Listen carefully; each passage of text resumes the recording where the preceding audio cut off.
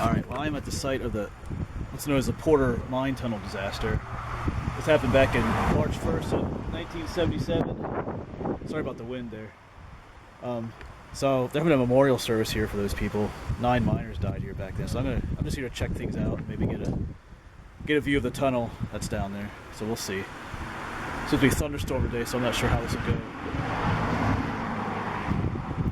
It's pretty neat to see this. It's like a piece of history out here. Some of the families and friends of those who died will be here, and the public were invited, so I'm going to check things out, see what's here.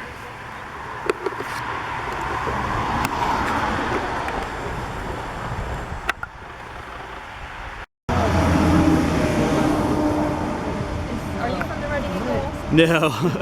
Rod's gonna be here soon. He's familiar with the area, though. He knows where to go.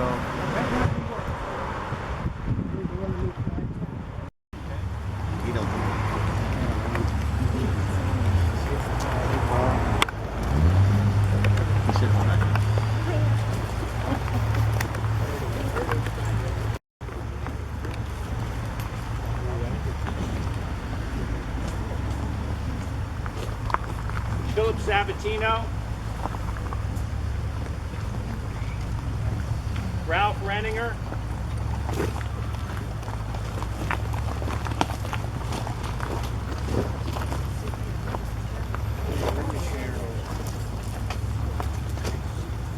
Donald Schoffler,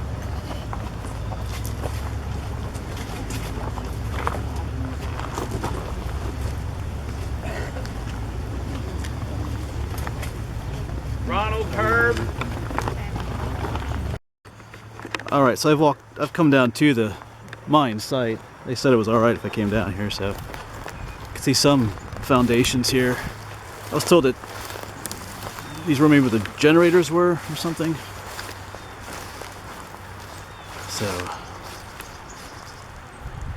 and we'll look for the where the tunnel was here in a little bit. You can't go in; it's gated off. I think it's closed off completely. It's just a pipe coming out, but there's a no smoking sign up there. Huh. These walls are pretty cool though.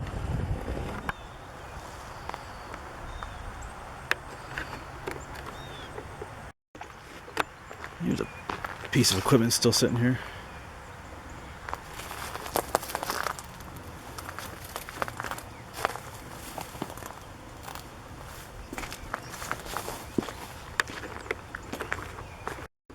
Yeah, so I think right around the corner here is where the opening to the tunnel is, or was. Let's go check it out. Really not much to see anymore, but we'll look at it anyway. It's a piece of history.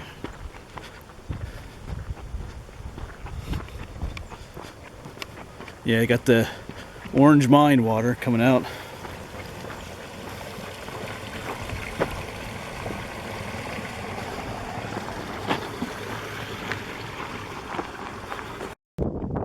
Still some of the old pieces of railroad ties here leading out of the mine.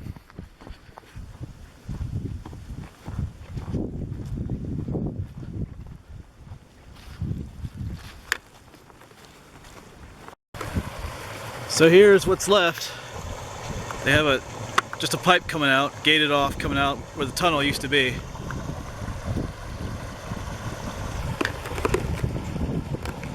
Of course, right up there is Route 209. So yeah, back in March 1st of 1977, this disaster happened. Oh, there's a car coming. All right, well, sorry about cutting you off there, but one of the guys who works for the people who own that land came down and got me. I had asked the one lady if it was okay to go down there. She said she thought it was, but apparently they don't want you down where the tunnel is, so where the tunnel was. The guy was really cool about it. I think his name was Rob. And the people that own that land, it's Roush Creek something or other. They own a lot of land up there, but apparently it's a cleanup site. So there's a whole bunch of federal regulations, governing it. So if some federal investigator would show up and I was down there, then they get in trouble, and that guy ends up getting fined like a couple $100. So whatever. So, but he was cool about it, and yeah, so just don't go down there yourself if you're interested. But what I was saying was and what they mentioned there at the service was, you know, they was that March 1st, 1977 was when that happened. Apparently, there was a old bootleg mine underneath where they were mining, and it ruptured, and it was that old mine was flooded. It just flooded the mine that these guys are working in, and yeah, I mean, the 9 guys that died by drowning. So, and that memorial service, it was pretty neat to see that memorial service, just to give a more personal take on what goes on with these coal mines and stuff that I like to explore, and just to see people that were actually affected by the disaster. You know, some of the wives were there and children and whatnot, and yeah, it was pretty neat. Yeah, because I go exploring these mines, and sometimes everything's abandoned and whatnot, but this gave a much more personal feel to what was going on in places like that. So that was cool. I enjoyed that. Yeah, I am no longer even at the site anymore. I drove off and just pulled over here, State Game Lands, just to talk a little bit. But also another cool thing happened today. I met some people that actually watch my channel. Matt and his son Kurt Lebo. So that was neat to meet them, because they walked right up to me and, you know, greeted themselves like, I don't know who you guys are, but they recognized me from my videos. So I talked to Kurt for a while, and that was pretty cool. I got some good information from them about accessing some different sites and getting permits for different areas. So that was cool. So thanks, guys.